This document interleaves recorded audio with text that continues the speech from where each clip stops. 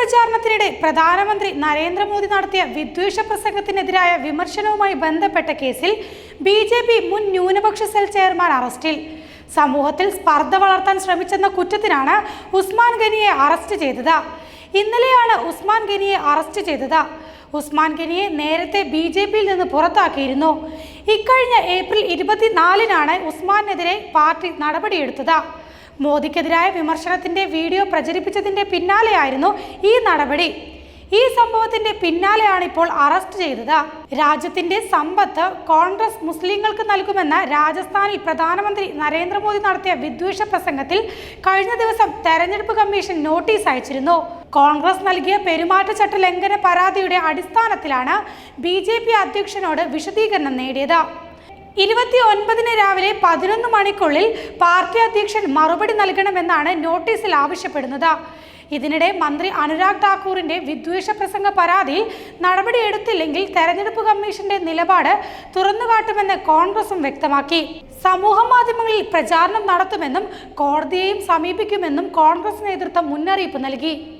നേരത്തെ കോൺഗ്രസ് അധികാരത്തിലിരുന്നപ്പോൾ രാഷ്ട്രത്തിന്റെ സമ്പത്തിന്റെ ആദ്യ അവകാശം മുസ്ലിങ്ങൾക്കാണെന്ന് പറഞ്ഞിരുന്നു. അതിനർത്ഥം അവർ ഈ സമ്പത്ത് കൂടുതൽ കുട്ടികളുള്ളവർക്കും നുഴഞ്ഞുകയറ്റക്കാർക്കും വിതരണം ചെയ്യുമെന്നാണ്. നിങ്ങൾ കഷ്ടപ്പെട്ട് സമ്പാദിച്ചതാണോ, നുഴഞ്ഞുകയറ്റക്കാർക്ക് പണം നൽകണോ എന്നായിരുന്നു മോദി നടത്തിയ പ്രസ്താവന. പാർട്ടിയിൽ നിന്ന് 6 വർഷത്തേക്ക് ഗനിയെ പുറത്താക്കുന്നതായി ബിജെപിയുടെ അച്ചടക്ക സമിതി അധ്യക്ഷൻ ഓംകാർ സിംഗ് ലഖാവത്ത് പറഞ്ഞു. മാധ്യമങ്ങൾ വഴി ബിജെപിയുടെ പ്രതിച്ഛായ തകർക്കാനുള്ള ശ്രമമാണ് നടന്നതെന്ന് ലഖാവത്ത് പറഞ്ഞിരുന്നു. നിലവിൽ ഉസ്മാൻ ഗനി പോലീസ് കസ്റ്റഡിയിലുള്ളതായി ബിക്കാനീർ പോലീസ് വ്യക്തമാക്കി. CRPC സെക്ഷൻ 151 പ്രകാരം ഉസ്മാനെതിരെ കേസെടുത്തതായി പോലീസും വ്യക്തമാക്കി. അതേസമയം പാർട്ടിക്കെതിരെ സംസാരിക്കുന്നവർക്കെതിരെ നടപടിയെടുക്കുമെന്നും ബിജെപിക്കെതിരെ തെറ്റായി സംസാരിച്ചതിനാലാണ് നടപടിയെടുത്തതെന്നും ബിജെപി ന്യൂനപക്ഷ മോർച്ച സംസ്ഥാന പ്രസിഡന്റ് ഹമീദ് ഖാൻ മേവാതി പറഞ്ഞു.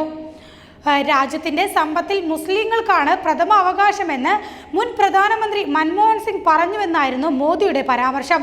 2006 ഡിസംബർ 9-ന് നാഷണൽ ഡെവലപ്മെന്റ് കൗൺസിൽ യോഗത്തിൽ മൻമോഹൻ സിംഗ് നടത്തിയ പ്രസംഗത്തെ വളച്ചൊടിച്ചായിരുന്നു മോദിയുടെ വിദ്വേഷ പരാമർശം. കോൺഗ്രസ് അധികാരത്തിലെത്തിയാൽ രാജ്യത്തെ പൗരന്മാരുടെ സമ്പത്ത് നുഴഞ്ഞുകയറ്റക്കാർക്കും കൂടുതൽ മക്കളുള്ളവർക്കും നൽകുമെന്നും മോദി പറഞ്ഞിരുന്നു.